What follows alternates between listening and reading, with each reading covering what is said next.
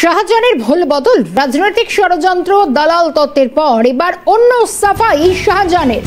আমার কারো বিরুদ্ধে কোনো অভিযোগ নেই, জোকা ইএসআইতে সাফাই শেখ শাহজাহান।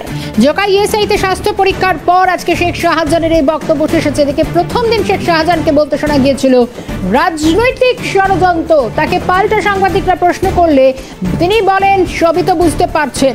এরপর দ্বিতীয় দিনও তাকে হালকা একটা মেজাজে দেখা যায়। তারপরও সেদিনও তিনি সংবাদ মাধ্যমের সামনে বক্তব্য রাখেন এবং আজও ফের দেখা গেল জোকা ইএসআই থেকে বেরোনোর পর তিনি বলছেন আমার কারোর বিরুদ্ধে কোনো অভিযোগ নেই। 3 দিনের পর 3টে বক্তব্য একবার দেখানোর চেষ্টা করি।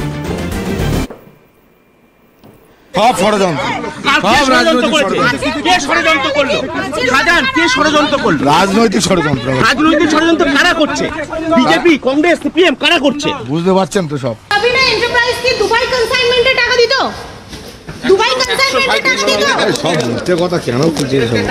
তাহলে সেই তথ্যই তো উঠে আসছে, সেই তথ্যই তো উঠে আসছে। আরে সব দালাল দিয়ে সব মিথ্যে। কারা কারা দালাল? বিজেপির দালাল সব। কে আপনাকে ফাঁসাচ্ছে? বিজেপি কে আপনাকে কারা ফাঁসাচ্ছে? আপনি বলছিলেন, কে ফাঁসাচ্ছে? আপনি বলছিলেন বিজেপি কে ফাঁসাচ্ছে?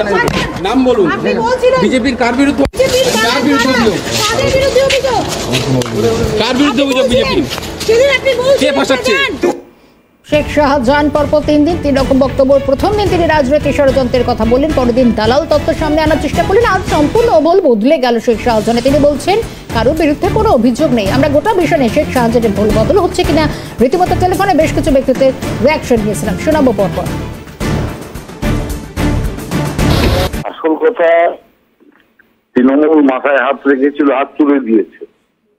সেই কারণে তৃণমূলের কথা শুনে বিজেপির বিরুদ্ধে বিষোদ্গার করেছিল। এখন বুঝতে পারছে যে ঘুরে ফিরে তৃণমূলই তো কালপিক, কারণ ভাগ নিয়েছে তৃণমূল আর এখন তারা সাধু সাজছে। অতএব সেটা বুঝতে পেরেই এখন ধীরে ধীরে এখন একটা মধ্যবর্তী জায়গায় এসছে। এর কিছুদিন পরেই দেখবেন তৃণমূলের বিরুদ্ধে সমস্ত যে কারসাজি তৃণমূলের সমস্ত বলতে শুরু করবে। দেখুন, কাস্টডিতে থাকা কোনো ব্যক্তি কি বলছেন সেই নিয়ে আমি কোনো মতামত দিতে পারবো না। তবে একথা জলের মতো পরিষ্কার যে সন্দেশখালীতে বিক্ষিপ্ত 2-1টা ঘটনা যেগুলো ঘটেছিল, সেই ঘটনার অভিযোগের ভিত্তিতে তৃণমূল কংগ্রেসের যুক্ত থাকা নেতারাও পশ্চিমবঙ্গ সরকারের পুলিশের দ্বারা গ্রেপ্তার হয়েছে। আবার এটাও সত্যি যে সারা সন্দেশখালীর বেশিরভাগ অংশটাই পরিকল্পিত চিত্রনাট্য বিজেপি তৈরি করেছে। বাইরে থেকে লোক নিয়ে গিয়ে সেখানে গন্ডগোল করা হয়েছে। এই ঝামেলার দিন সকালবেলা পুলিশকে না জানিয়ে ইডি গিয়ে একতরফাভাবে সাধারণ মানুষকে প্ররোচিত করে গন্ডগোল তৈরি করেছে। এগুলো সত্যি, সেগুলো ইতিমধ্যে প্রমাণিত। আর আমাদের দল কোনো করাপশনের সাথে আপোষ করে না বলেই শাহজাহান শেখ, শিবু হাজরা, উত্তম সরকার এরা তৃণমূলের সাথে যুক্ত থাকা সত্ত্বেও আমাদের সরকারের পুলিশই কিন্তু এদের গ্রেফতার করেছে। দেখুন, একটা বিষয় পরিষ্কার, তৃণমূলের নেতারা যখন জেলে যায় তখন তারা যা বলে 2 দিন পরে তার উল্টো কথা বলে।